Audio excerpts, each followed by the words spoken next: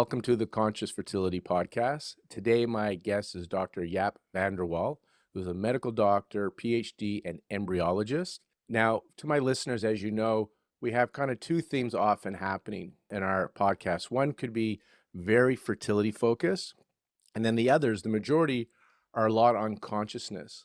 This one is both. So if you're looking to grow your family, I think this will be an interesting podcast.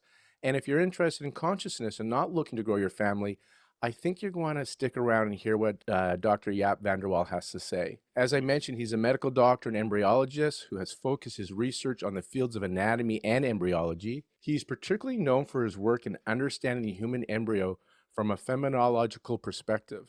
Dr. van der Wal explores the connection between the human body and consciousness, often integrating insights from anthroposophy. He emphasizes the concept of the embryo as a dynamic, spiritual entity rather than just a physical body, which he sheds light on how embryonic development relates to human consciousness and individuality. Now, he has a full bio that I encourage you to go to his website. It's going to be in the show notes, but that website is embryo.nl. It's available in English and in German. I think you have a few languages on there. And he also offers courses, online courses. And so if you want to find more about embryology, the articles and books he offers, the chapters and books, videos, movies, and his course, The Embryo in Us, Human as Embryo, Understanding Ourselves as Embryo and How That Relates to Our Consciousness and Psychosomatic Being, he has a 4-day online course. So check out his website for that as well. Dr. van der Wal, thank you for joining me on the Conscious Fertility Podcast. Now, I wanted to chat with you because although you've been trained in embryology and you're now retired, you also seem to be like a philosopher. And I'm kind of just curious, how did you become you? Like you're a medical doctor, embryologist, and I don't know, when I hear interviews from you, you seem to have a bit of a philosopher taste to you. What put you on your spiritual path, and did it come from studying the embryo? Well, I started, of course, as a medical student because I wanted to become a medical doctor. But during my training, I met anatomy in particular and embryology, that because it was in the Department of Anatomy and Embryology. And there I became fascinated by science, by the human body. And I more or less decided then, well, maybe I'm not going to be a practitioner, but is that my future, being a scientist? But then I became pregnant. And that always people always surprised when I say that. I think that I'm correct when I say that I became pregnant with my wife. I became pregnant of a child, and it was unplanned. So in those days, we had to marry, and we married, of course, to reassure my father that everything would be well. But then I had my first embryo practice. And in that practice, we had to study microscopical slices of the human embryo, but also we had to open a chicken egg.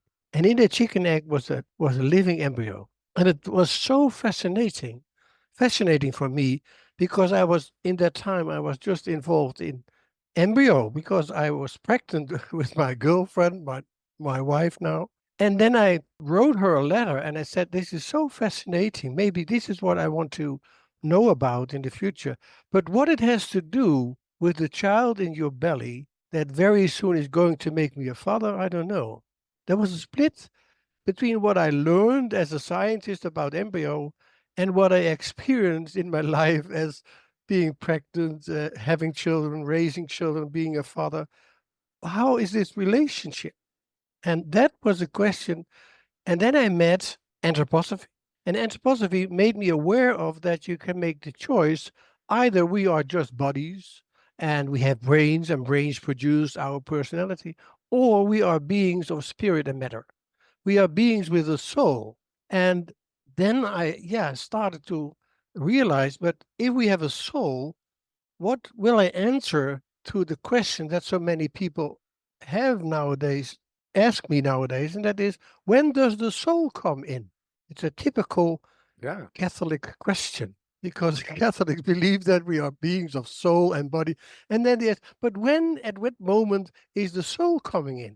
And that became a very logical question for me, but science doesn't give an answer to that. And then I realized I have to try that I had to try to bridge between what science is telling about embryos and what I experience of in me as soul or consciousness. So I became fascinated by the question, if we are beings of consciousness and body, of soul and body, when is soul coming in? And then I realized that the answer is, it is not a given moment in the third or week or the third month that soul is coming in. We are either a being of body or we are a being of body and spirit. That is a very simple, let's say, dichotomy. You have to choose. Either everything in my body is physical, is body, or there's something else in me. But when there's something else in me, I assume it must be there from the very beginning on, and not something in that comes in later or in the third week or the third month. But what it has to do with consciousness, maybe an embryo is also a conscious being, but we have to realize that consciousness is a very weak modern expression nowadays for mind, soul, spirit. Consciousness is only a function of the mind, of the spirit. It could be very simply true that also an embryo has a mind, but what is the mind doing in an embryo? Because an embryo, I think, cannot think yet or cannot feel or touch something. So, and then I met Blechschmidt. And Blechschmidt, that's a German name, and it is one of the most important human embryologists in the last century. And he had an idea about it. He said, soul might not be something that comes in later. Soul is there in the embryo from the very beginning on. But the first thing soul, if it is in you, has to do is, performing, shaping your body. And then he used an expression that fascinated me and up to now is my lead, my slogan. Soul is pre-exercised in the body. Soul is not something that comes in later, but already the shaping of your body is behavior. The way you shape your body is a kind of pre-exercise what you later can do with that body physiologically and what you later can perform with that body psychologically. I give you an example. Going upright is a typical human feature. Everybody knows, but many people mix it up with bipedality. We are more than bipedal beings. We are beings that can balance. We are the only beings that incorporate gravity in us so that we can balance around a center in ourselves. And going upright is a very important gesture for a human being. And you all know the moment that a child for the first time gets upright, standing on 2 feet, no longer grabs the legs of his mother, and then you can see in the child that it experiences something. It's a kind of joy that being on your own, being on yourself, being autonomous. And then Blacksmith said, well, that's not the first time. You pre-exercise that in your body when you were an embryo. And that's exactly what a human embryo is doing. There comes a moment in which the embryo is very flexed in itself, like an animal, but then the human being starts to deflect its head, starts to deflect its pelvis, and it comes upright. It comes in upright position. And it's a very good example because what is going upright? Going upright is, of course, a gesture of the body. We go upright. But it's also a gesture of soul, of consciousness, being able to stand upright, to stand on your own, but to be autonomous.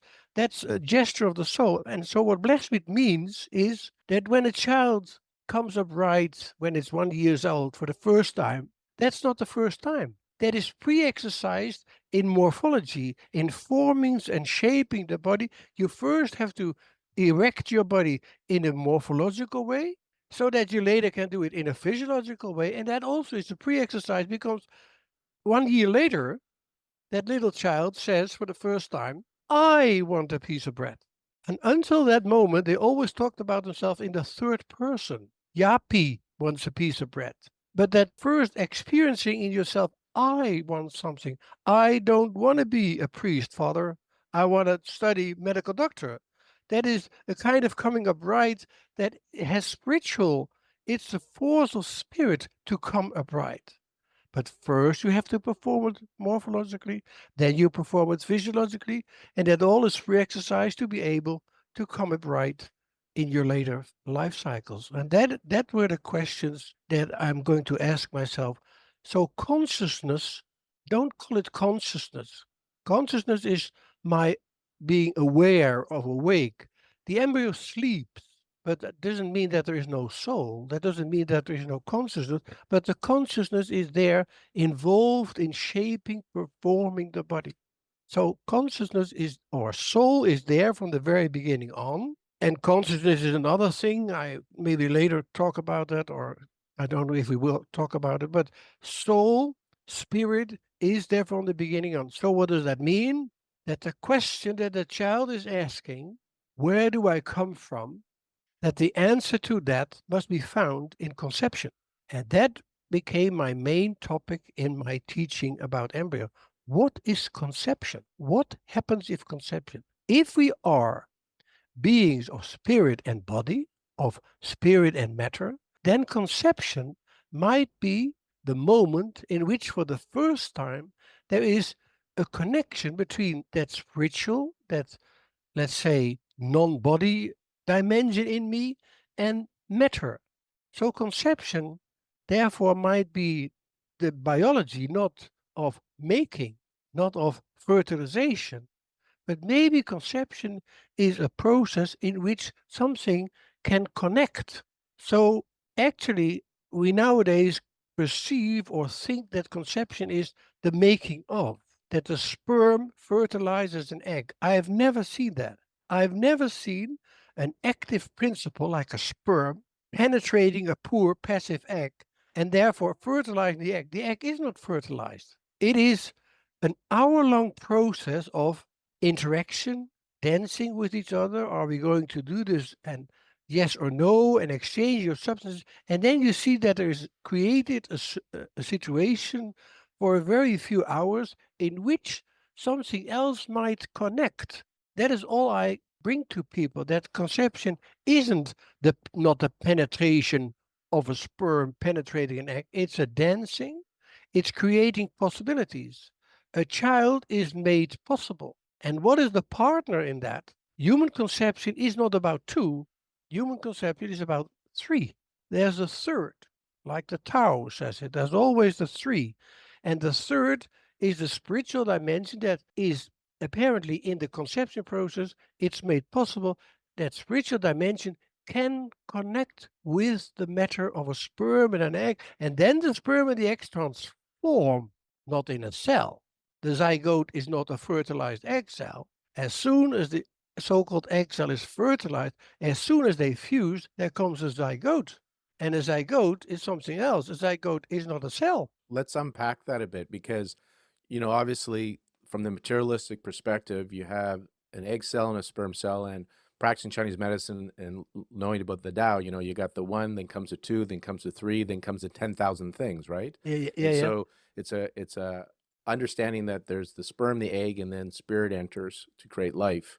In the materialistic perspective, you have an egg, you have a sperm. In an IVF, they can do ICSI and seminate the egg, No, no, and then there is the no. zygote. The question I would like you to unpack here, I'm giving you the materialistic Yeah, yeah, perspective yeah. here, right? Yeah, You, because the verb inseminate is an active principle, as if the sperm fertilizes the egg. No, fertilization is the act of fusion. And you know how much violence we need to force an egg to fuse with the sperm. You can see that in the artificial fertilization.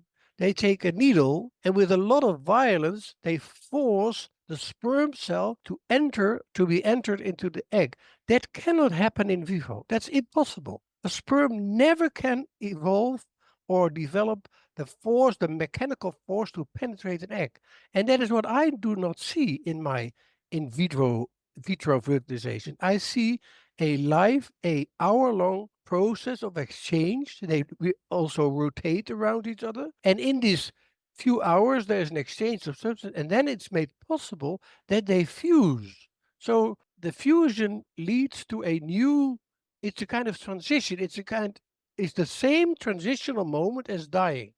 When children are present at the deathbed of my father, what is the first thing they said? Where is granddaddy now?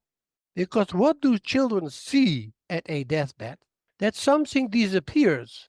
What do I see at a conception? That something comes in, and not that the sperm forcefully penetrates or fertilizes the egg, that the fertilization is the process of exchange, of dancing, and then at the end, fusion. And then when the fusion is successful, then you get a zygote, a human body. That's the key part I want you to emphasize here is you had an egg cell and a sperm cell, but the zygote, you talk about it from a different perspective as and it's not a bunch of cells making, multiplying. You see something No, different yeah, when you study the yeah, yeah, embryology. yeah, yeah, And I just want to add, I just have a metaphor, an idea that's come through me is you're looking at it, it's always the reality is there, and it's kind of what lens we're wearing is how we perceive and what we're seeing. And those images where you look at it and it's a young woman or it's an old woman. So the image is there, and depends on how you're looking, you'll either see the old woman or a young woman. And yeah, yeah, so yeah, a materialist will look here and say it's a zygote, it's a bunch of cells,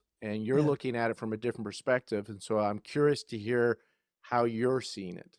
yeah, yeah, yeah. Another example is it looks like the sun is rotating around the earth, but we now know that the earth is rotating around the sun, but it looks like that. So I'm sharing with the audience that although it looks like egg and sperm and these are a bunch of cells, there is another way to look at this. And this Yeah, is why I wanted Yap to talk to us. So, how are you seeing the zygote? How are you seeing this as a transformation of an egg and cell and not an egg plus, sorry, egg, rather than it's egg plus sperm, you're seeing a whole new transformation. I see a transition, and I see that the two cells perform something that's on a higher level.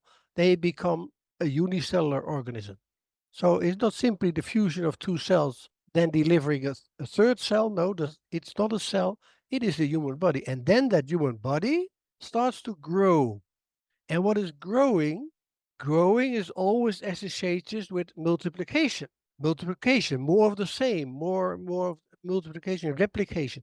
But that's not what happens. What happens is that that huge zygote is suborganized by the multiplication of the cells in it. We see that the body is grown, is suborganized. So growing is not simply having more of the same. We are not a product of cells.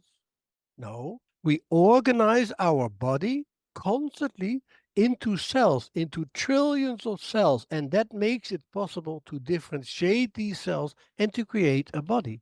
So for me, the body is not a product of the cells that come out of the conception. No, the body itself is the result of conception, and then that body is organized by that multiplication process of cells. So that is, so to say, the image that something comes in, something is incarnating into that body and organizes that body by means of cell and so. That is what I call the physical body. That's the physical body. Rudolf Steiner said cancer, for example, is a disease of the physical body. Because what is the difference between the growing in physics and the growing in living nature? The growing in physics is simply the particle, another particle, another particle, another molecule, another cell, more of the same.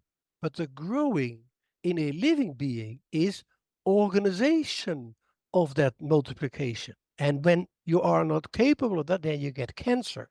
Cancer is when the force of the cells, multiplication, replication, more and more of the same, is no longer under control of the organism. And that is growth. Growth is autopoiesis, is shaping yourself. Every living organism is not the product of its cells. Every living organism is making itself by means of those forces of multiplication and organizing itself into a living organism. So the primary is the whole. The whole is not the product of the parts. In physics, yes, the physicians, they work with the particles, with the quarks and the neutrons and the electrons. But in living nature, it's no longer about the particle. There is no Jaap van der Waal molecule. There is no Rose element. No, a Rose and Jaap van der Waal are living beings, and they organize the particles in, let's say, the whole is organizing itself into cells. So So, that's the reverse. And that means how you think about conception. You think about conception as the making of a cell, and the cells start to multiply and produce a body, okay, that's what you can see. But I see something else. I see at conception something coming in. And the question, what, is very simple. You have to wait the whole life to know what is incarnating there, because it's that what disappears or separates from it when you die. So you're not going to be able to give us a complete answer there because we have Yeah, to die. We have to die to yeah, to know that again. But you are suggesting then that you have matter, like you have the egg and sperm cell, and then spirit comes in, soul, consciousness, whatever, however people want to describe it, and it's this energy, this yeah, or yeah, the spirit is what is organizing the cells yeah, yeah, to create the embryo and yeah, then the human yeah. body. So So, the zygote is, so to say, the consequence of that incarnation act. The zygote is not my cause. That's what many people think. I'm caused by, I am made by my father and my mother. And that's why we nowadays think that we possess our children. Let's please forget about that. You cannot make your children and you do not possess them. And that's a very important social law for me. The future should be that no one should ever possess someone else. And that we nowadays start more and more to think that we have the right on a child, that we can make a child, that we can shape the child according to our wishes or to according to what we think it should become. No, we have to wait what comes out of it, because in that fertilized egg cell, in that zygote, already there's present what is going to emerge and manifest itself in all the later life cycles. And the later life cycles are not a product of the body. Consciousness, soul is not a product of the body. It uses the body as a condition to perform, to shape, to process itself. That's why I said the embryo in you is not a past. say that The again. The embryo, embryo in you is not the past. no, it's not a past. It's not a long time ago that you were an embryo and then you became a fetus and then you became a newborn and then you became a child. No, all the phases are have the same value. I mean, an embryo is not a not yet being. The embryo is, yeah, the physical way, the morphological way of being human. And that, with that, you never stop. Every morning you wake up with a new body. You even last night you made 10 million new synapses in your brain. You created 1 trillion new liver cells. Your body is constant on a process. Your body is not a static structure. It's not a machine. A machine is built up from the elements.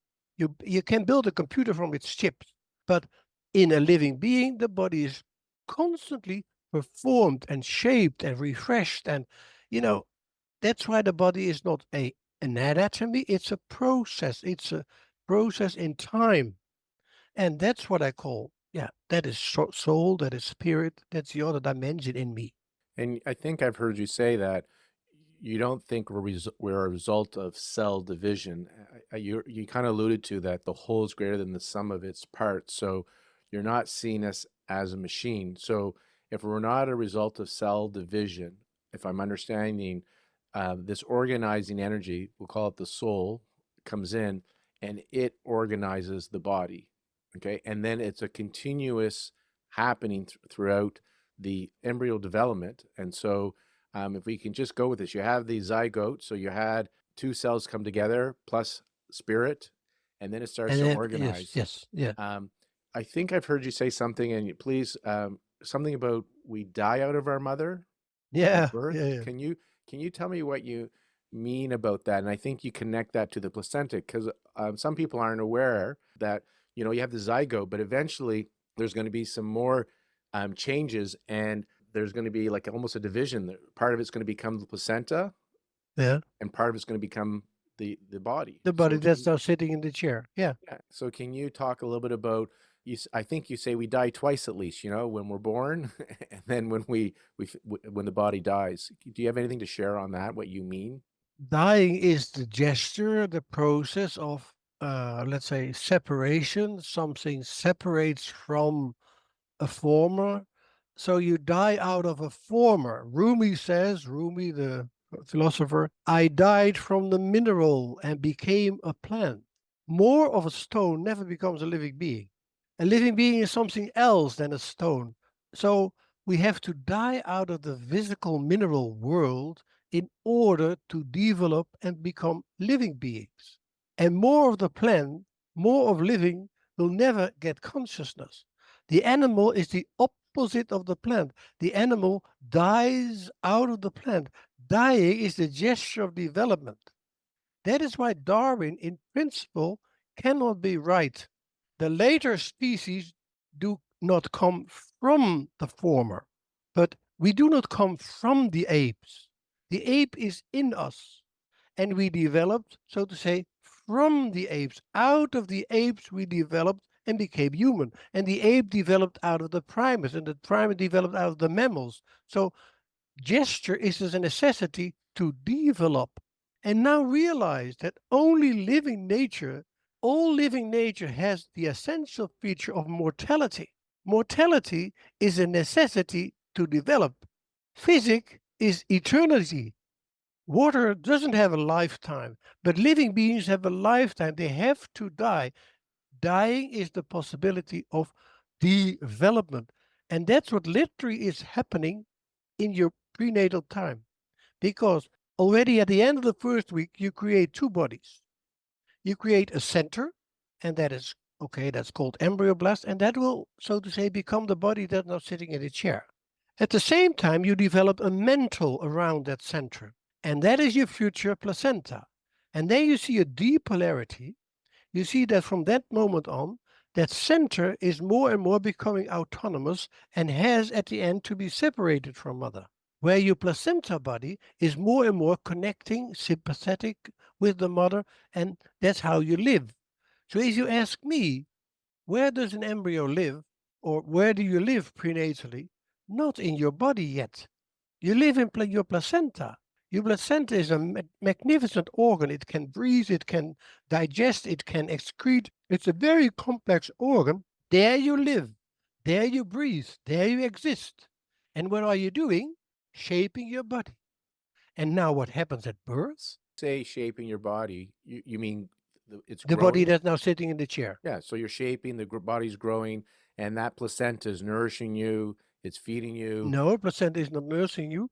Okay. The placenta is part of your body. I mean, all embryology books Yeah. talk about the proper embryo and the placenta and consider the membranes as added, as secondary. I have never seen that. You never see a moment in the embryonic development that the placenta or the membranes or the amnion is added. No, you see that the body falls apart in a centering body, now sitting in the chair, and a periphery body that is enables you to root and to connect and to live. So what has to happen? You see that the two bodies more and more separate. So I refuse the word proper embryo because there is not a proper embryo, an actual embryo with some adnexa or secondary organs. No, the whole is the embryo. You also live and perform and shape in your placenta, but at birth they have to die. You have to die with your center out of your periphery. And that is birth. Birth is dying out of yourself. And you have to die. Otherwise, you cannot develop further. What you did 9 months long was envelop yourself, root, connect, enable yourself. But when you have to go on, you have to die out of the former to come in the next stage. Because the language, dying sounds like end, but it sounds like Yeah, it's not. dying is an evolution where there's Yeah, another dying is a verb. Dying is a verb. It's an activity. It's a performance. You have to die out of. So it's a necessity to let, and you can see it in this way. 9 months long, you enveloped yourself with your placenta in order to able to root and to live in the world were waking up in. But then you have to develop. Develop means that you have to leave your envelope and develop against it. And that's why you do not come from your mother. I've never seen a child coming from the belly of its mother. A child comes from its placenta. It has to die out of its placenta, and mother assists in that. And that's quite another view about birth. And now I come to the essence the essential is This is a gesture that is already pre-exercised when you're 4 weeks old. When you're 4 weeks old, you create yourself an amniotic sac around you and you nearly are born. But then you keep up your umbilical cord so that you are not completely disconnected. And when you are born physiologically, then you disconnect from your placenta and there's a corpse. At birth, there's a corpse. It's the same process at the deathbed of my father. My father left its body, so he separated from his body, and the body became a corpse. And now it comes. I think that your whole life long you have to repeat this gesture. It's also a pre exercise of a very important developmental gesture that you many times in your life you have to perform that gesture. Already 1 year later, when you go for the first time to the kindergarten, again your mother is crying because you have to leave her. Otherwise, you cannot stay in the golden griddle, where everybody is taken care of. You have to leave that. You have to become autonomous. And there comes a moment when you're 20 years old, 21 years old, and you stand up against your father and you say, I don't want to become a priest. I will become a medical doctor. That's also development. That is why Darwin, in principle, is not right. We come not from the animals, we developed through the evolution of animals.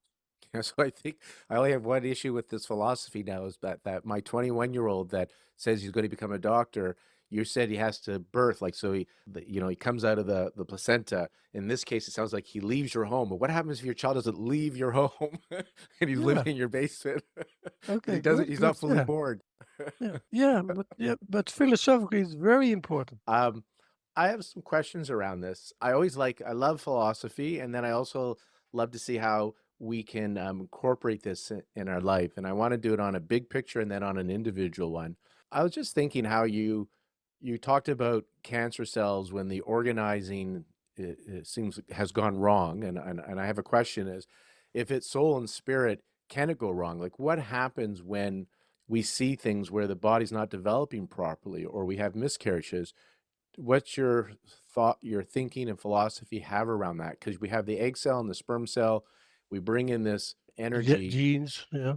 and so what's the the matter still plays a part. If the matter has airs in it, even with that energy coming in, we can have a miscarriage or have issues. I also know that the embryo can self-correct, so we can see things as an embryo, and then it does correct itself. So, how do you, if somebody was asking you, like, how come I'm not getting pregnant, or how come I miscarried, or somebody has a genetic issue, what is the philosophy in your study of the embryo? How would you answer that, or do you have the answer to that? Because those are big questions. Well, maybe we should use the word healing. Healing is an opportunity. Disease may find its cause in the genes, in the body, in physical matter. Something goes wrong, and you are not able to perform the body according to what you have in your mind, the plan, the body plan that every human being is capable of. So the body has resistance, and in the resistance there might be failures and mistakes, and it might be a cause of miscarriage, for example. But another very important cause of miscarriage is that mother and child do not match. Don't forget that a child has to grow into the body of mother. Never again you'll be so intimate with a human being as in your prenatal life, because without any limits, you are accepted by your mother in her blood, in her living tissues. You know what problem that is? If I would give you my liver, the first thing you will do with my liver is throw it out. And that also is the possibility that mother has. She can reject the child because the child is recognized by her as a genetic alien. It's only half of the genes are from father. So actually, pregnancy is a biological miracle because usually you should expect that the mother would reject the child. Apparently, she does not. How does she do that? She do that by in the same way we do it with patients that get a strange organ. You get an organ from a donor. What do you have to take? A lifelong, you have to take medicaments that suppress your immunity, your identity, your bioidentity. So mother apparently withdraws her bioidentity. Do you know that we nowadays have discovered that in every woman who has been pregnant, even when the child has been aborted or when the child has died, the cells of that children are still found as stem cells in the body of the mother. Mother is hosting the embryo. Mother is hosting the child. And that means that she withdraws her bioidentity and creates an asylum, a privileged site. That is pregnancy. But that might come wrong.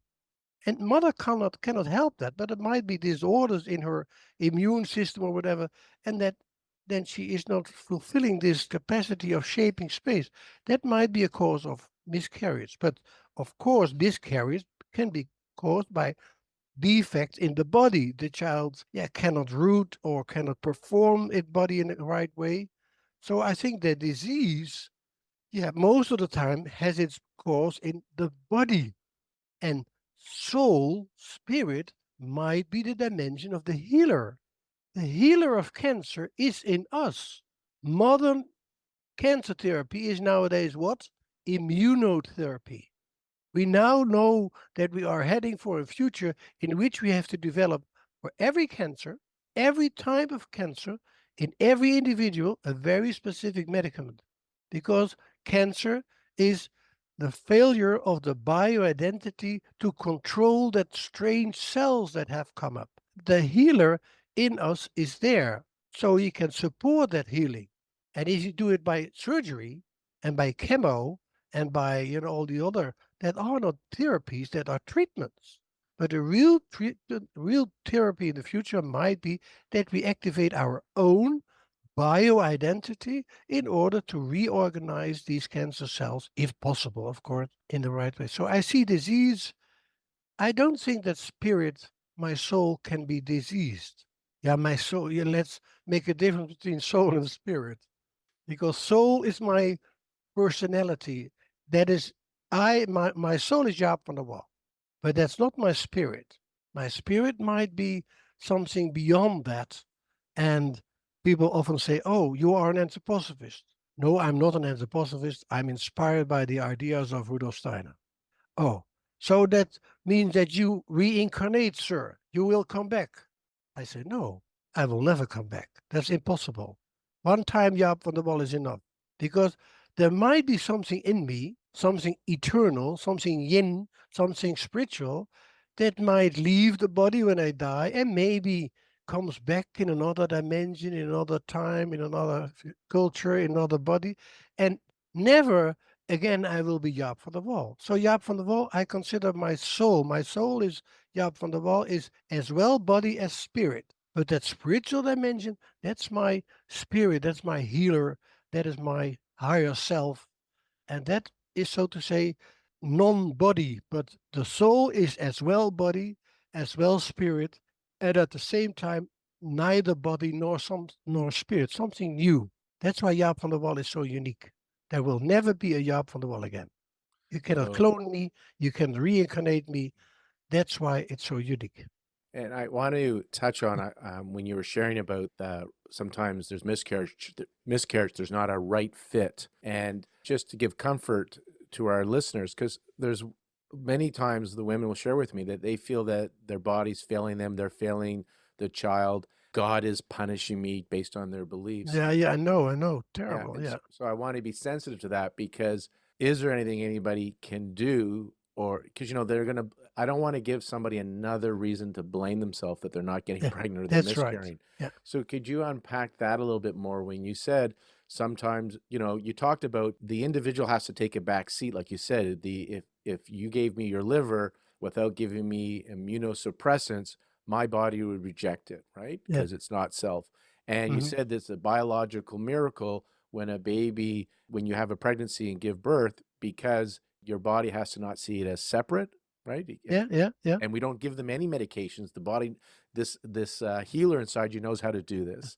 Yeah. So, can you speak a little of those that, like, is there something that maybe they can be or do, or what kind of comfort, or how can you unpack that a bit more when you say sometimes, it's not like a right fit between the mother and the child? Are you talking on a soul to soul level, or are you talking on a matter to matter level, or both?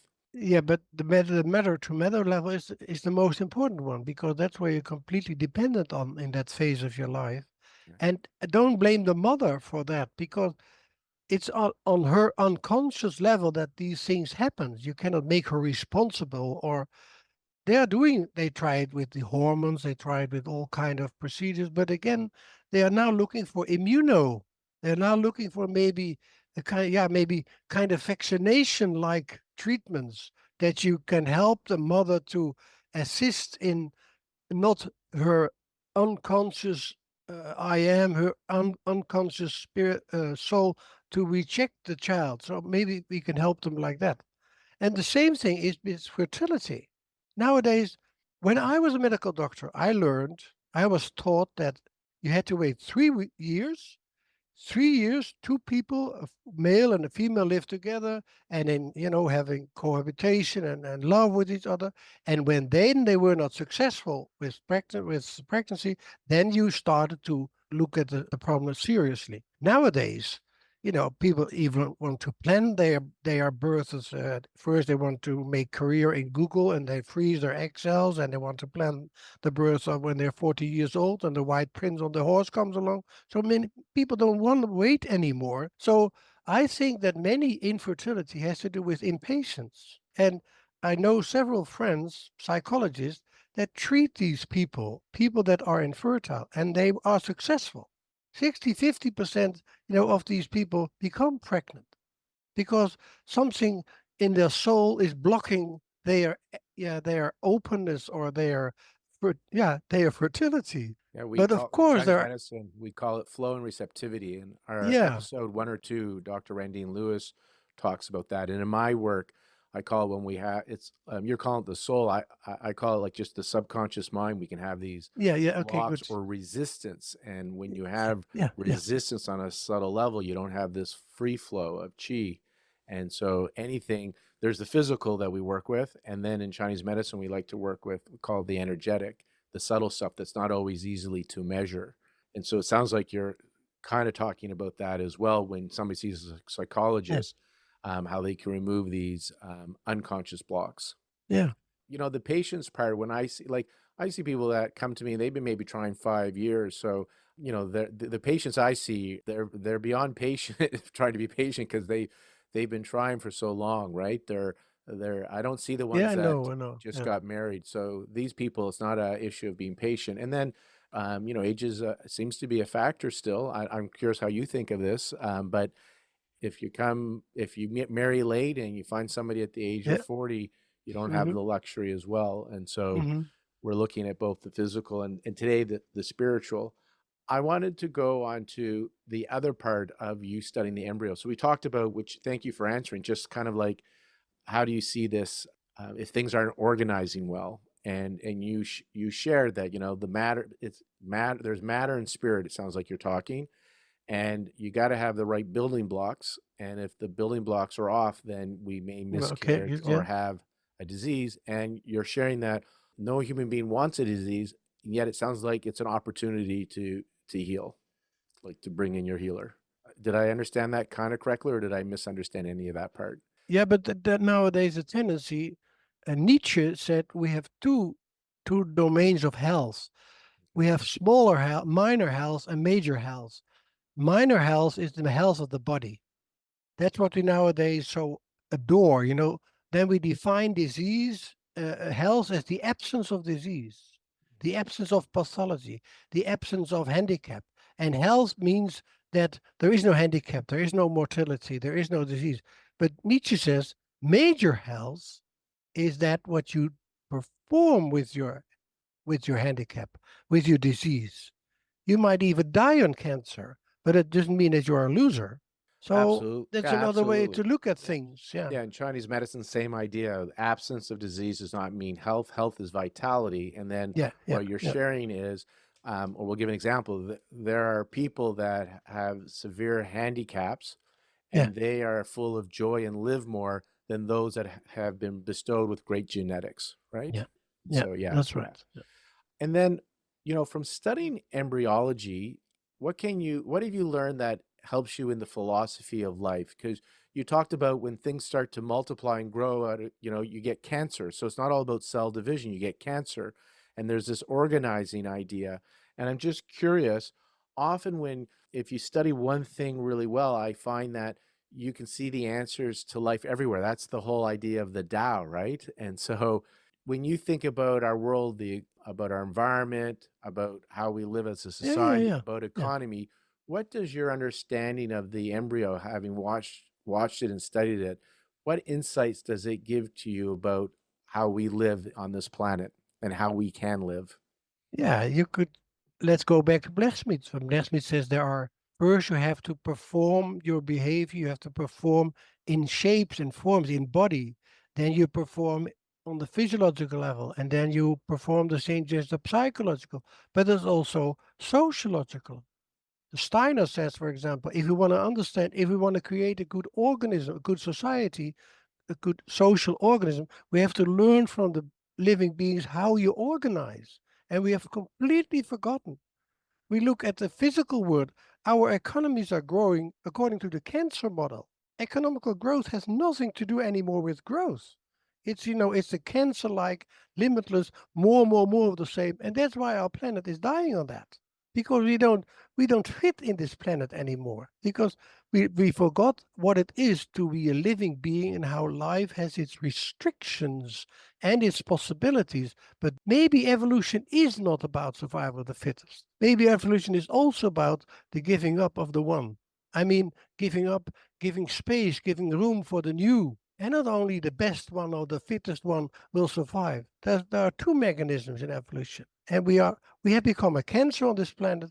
We have become, yeah, that's what I learned from the embryo, how to live in harmony, in restriction, and also not only in multiplication and more and more. Can you That's very, talk? very difficult to find the words. Yeah, I wonder if you can talk a little more on that. And the embryo tells you how to live with restriction and harmony. So how do you live, or how would you, if you were to teach and educate people how to live, what are some of the suggestions? Because I hear that if you're just looking for growth, more, Yeah, yeah. we see that in the embryonic stage that's cancer, right? And that's Yeah, not yeah, always yeah. good. But there's an organizing idea. So any philosophical ideas around that of And life, life. life at itself, the key word for life is equilibrium, the middle, the in between, the heart, the rhythm. In your heart, you can die on two ways on your heart. It can go too fast, and then you go in form and shape. It become more and more in flow and time, and then it stands still. I mean, life is the equilibrium, the middle, the in between the extremes of pathology. In anthroposophy, we talk about Ahriman and Lucifer, too much spiritual or too much anatomical or physical, or too much shape or too much chaos, cosmos. That is life. Life is always finding the middle, the yin and yang in the middle, the equilibrium, the oneness. And that's what I think the embryo and life is telling us. It cannot live in only a material dimension. We completely materialize our mind, our world. And the embryo says, well, a restriction and modesty and harmony and balancing, that's what we have to find. Thank you for that. And many, myself included, people I see, we're looking to kind of remember that soul part of us, to reconnect, right? To reconnect to that soul part where we feel Yeah. profound peace. And many of the guests I have, this is what they talk about when they call consciousness, right? That conscious wants to experience itself through you. And I often hear them say, and we're going to tie this into the embryo, that conscious needs to have like we exist so it can experience itself, because if you're in water, that's not the example they use, but you have to separate in order to know yourself. If you can't know yourself. And Yeah, yeah, yeah. you talk a little bit about this there's another dimension of ourselves, the spirit, and that you can only be aware of something if you separate from it. So Yeah. again, going into philosophy of life, kind of like, why are we here? Right? Yeah, yeah. Why um, are we here? can Yeah. you talk a little bit about that from the embryo perspective? Because it seems like we're born and then we're constantly wanting to remember ourselves. It's like duality and non-duality. You got to hold them at the same time. And I'm just curious what your thoughts Yeah. are, how you describe this, about you have to separate from it so you can become aware of it. Yeah. I simply meant with that Descartes is always the one everybody agrees with, or you are opponent of Descartes. And that has to do with the interpretation. Descartes didn't say, I think, therefore I am. In his writings, he tells, there must be something in me that is something else than my body, because otherwise I wouldn't know about my body. That is, so to say, the basic of yin and yang. If you are one with something, you cannot become aware of it. If we were air, you would never know where the air, the atmosphere would start and where you would end. I mean, if you are one with something, you can never become awareness. I can never perceive you or hear you or become aware of the world if I am connected with it. I have to be something else in me. And that's what Descartes says.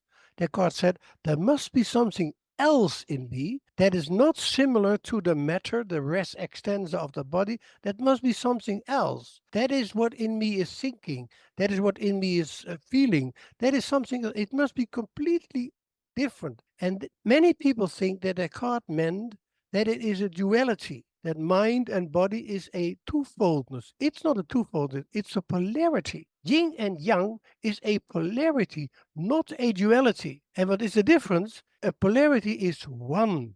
The one belongs to the other, and together they are one.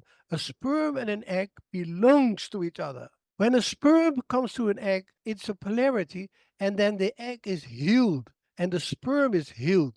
I mean, that is polarity. And duality is simply when you make soul and body a duality, you say they have nothing to do with each other. And then you also can say, well, spirit does not exist because I cannot measure it, I cannot make it hard, so you deny it. But spirit is the polarity of body, and they're always one. There is no spirit without matter, there's no matter without spirit. That's a simple conclusion. And that is what often goes wrong, that people do not realize. For example, men and women. Male and female. It's not a duality. Nowadays, everybody is shouting, well, the difference between a male is very vague, is very. No, it's not very vague. They are polarities.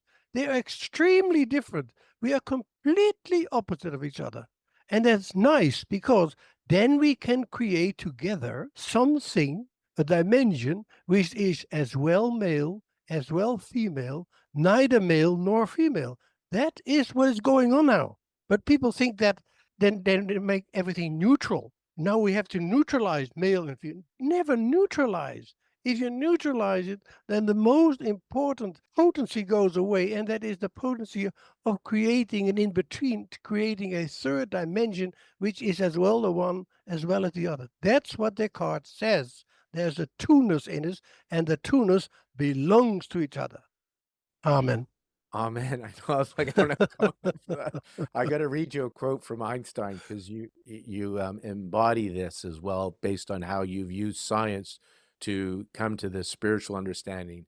Of And course, yeah. Einstein's quote is, "Everyone who is seriously involved in the pursuit of science becomes convinced that a spirit is manifest in the laws of the universe, a spirit vastly superior to Yeah, that of yeah, man, yeah, yeah, and one in the face of which we with our modest powers must feel humble." yeah. And it sounds like people think, just like you said, it's a polarity. Spirit and science, they're not separate. It's just a polarity. They're one. And by diving deeply into the science and studying embryology, you've come through this, found the spirit side of it. And that's Yeah, yeah, yin yang, right? Yin yang is relative polarity. If you have a cup, you can have an inside without the outside, and vice versa, right? They yeah, coexist. And by them coexisting, you can see the inside, you can see the outside. And this makes me think that's what happens with the embryo, right? You have what, the yeah, mesoderm and the endoderm, is that what they're called? yeah, And yeah, same thing. They're one. They're not really separate. yeah, that's right. And Um, that is science. So many people think that science is that scientists gather data and phenomena, and out of these data and phenomena, they draw conclusions. No, that's not. I know what science is. I was professor in anatomy. I had a terrific job in scientific work about connective tissue. I'm an expert. I'm a scientist. I know what science is. Science is not gathering data and drawing out of that conclusions that are objective. No, science is having something in your mind, an idea, and search for the facts that are in harmony with that idea.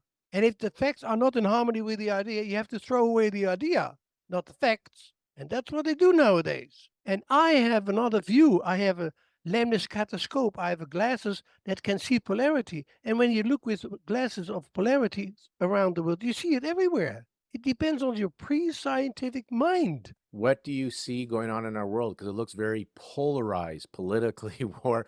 What Yeah. is this? Is this part of the evolution? And we're birthing. We're developing from the placenta. So what's happening to mankind in your view? I only ask this question because you say you have the lens of polarity. Some people can see this, what's going on in the world, and then I'm curious. Do you see this as another birth death? Where Yes. some Yes. Yes. Or a developing back. I mean, maybe evolution was all about creating the possibility of a being that can think on its own and free and the human consciousness, the human mind. And maybe the future is that we reconnect with the world, the reality where we come from, because we come from heaven. If there is a heaven, we come from it. That's what Einstein says. Like the universe, this universe also is spirit. There's an intelligence. So maybe we have to reconnect with that. But reconnection doesn't mean that you put it on the analysis of your anatomy table and dissect it. No, you have to connect with the matter, connect with the reality, finding sense, meaning. Science doesn't just separate us from the science, so to say, disconnect us from the reality. And the phenomenologist tries to reconnect with the reality. What does it mean? What has it to do with me? If I would have the time now, I would tell you that you still have a placenta. It's tell very me? simple. Okay, that one.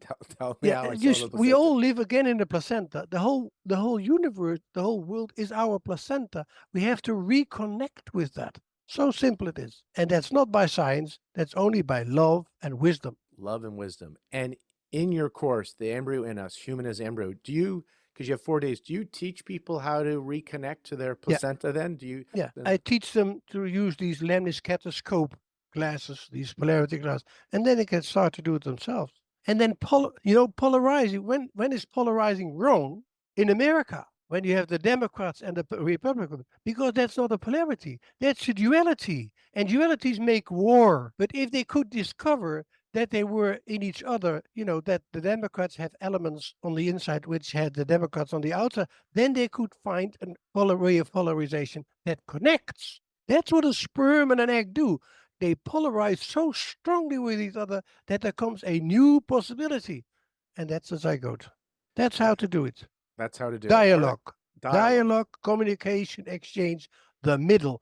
And the middle in this moment is dying everywhere. Everywhere we lose contact with the middle, the in between. Look at the yin and yang. The secret of the yin and yang is the black dot in the white and the white dot in the black. That's the secret.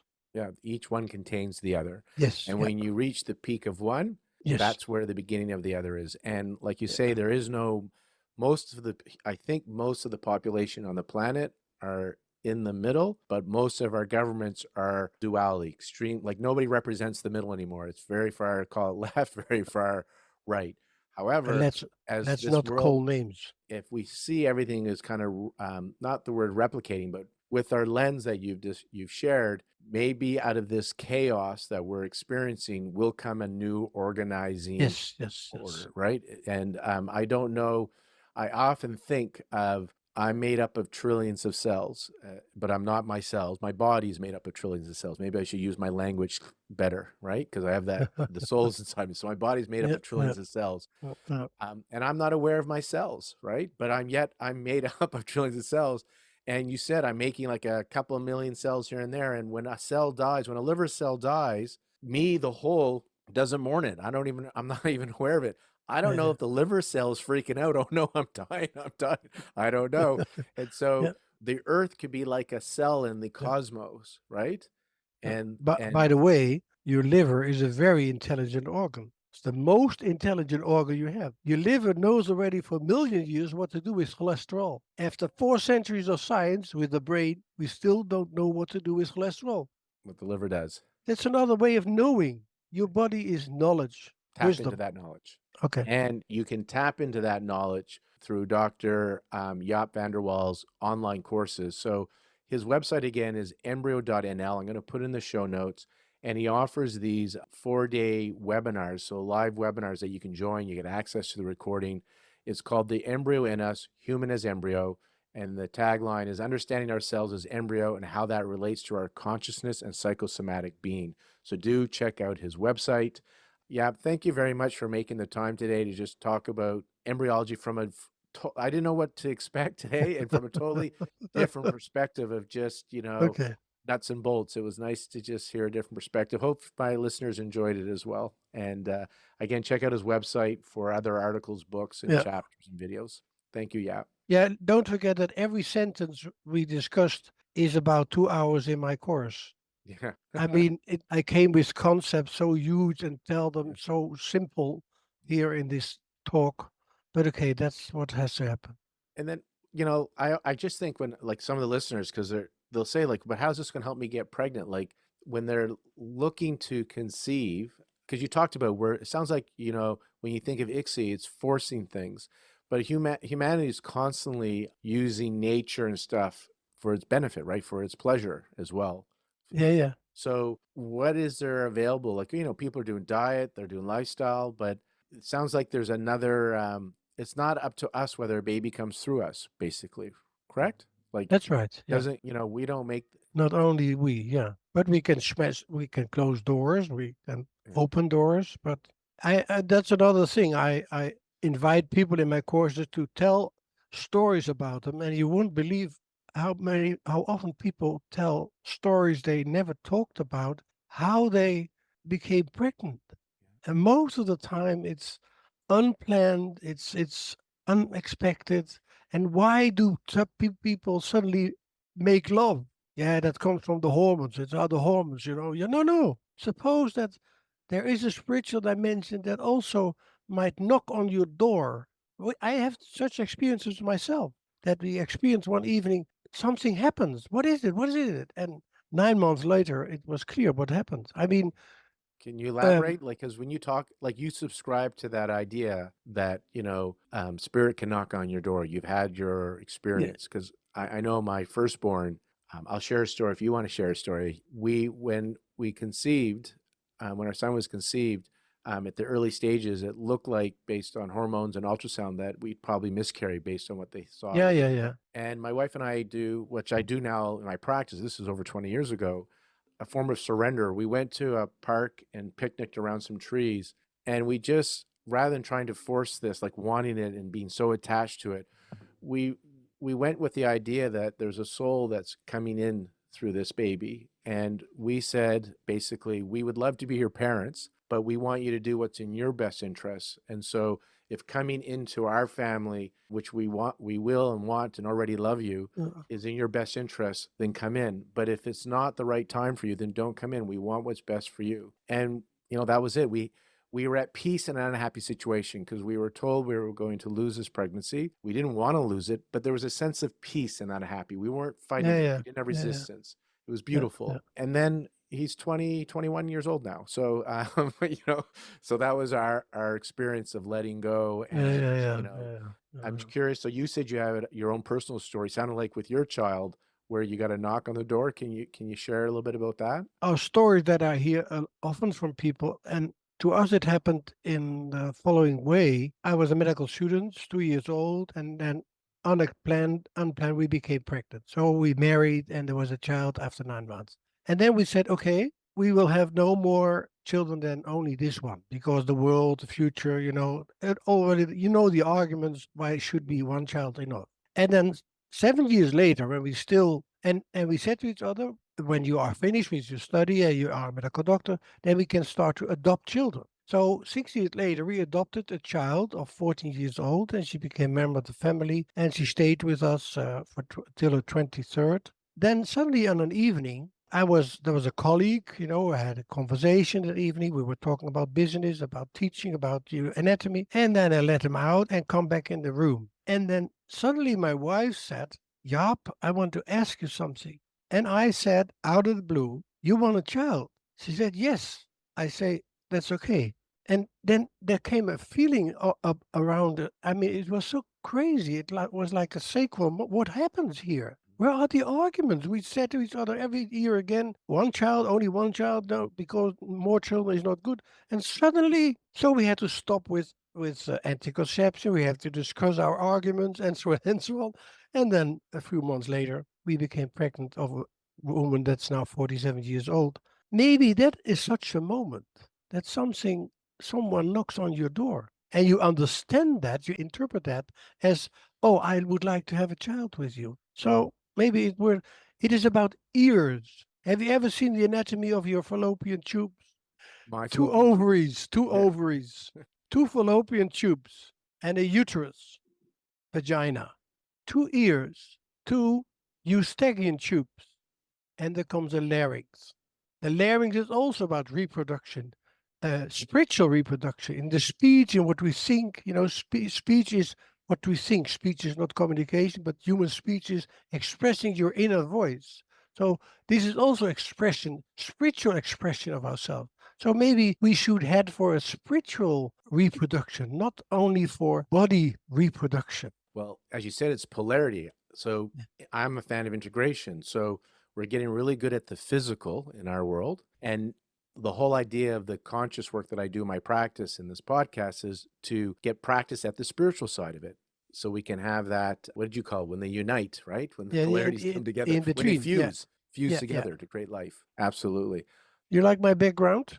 I do like your background. I see Yeah, it looks like the baby, and is that like the Cosmo universe? yeah, yeah, yeah, yeah, yeah, yeah. Thank you very Okay. much, Jaap. So I just wanted to summarize or just add this part at the end that this was an interesting talk. I didn't know where it was going to go, as I said at the beginning. It's just always interesting how when you go deep into science, like Einstein says, you find the spiritual side. And there are so many teachers of consciousness out there, so many people that are looking to have or grow their family.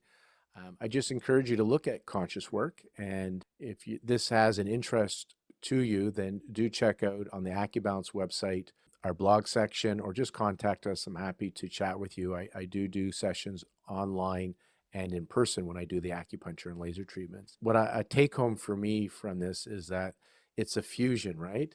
And so the physical, you're eating well, you're taking supplements, herbs, you may be doing IVF. So you're doing the physical as best you can.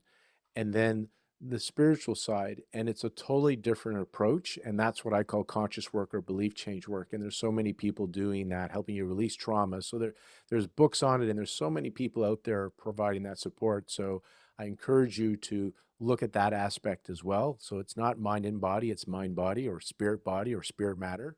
And again, I have a few blogs on this topic and videos, and I offer this in my practice and also via telehealth if you're interested to explore conscious work, belief change work. Thank you for listening to the Conscious Fertility Podcast.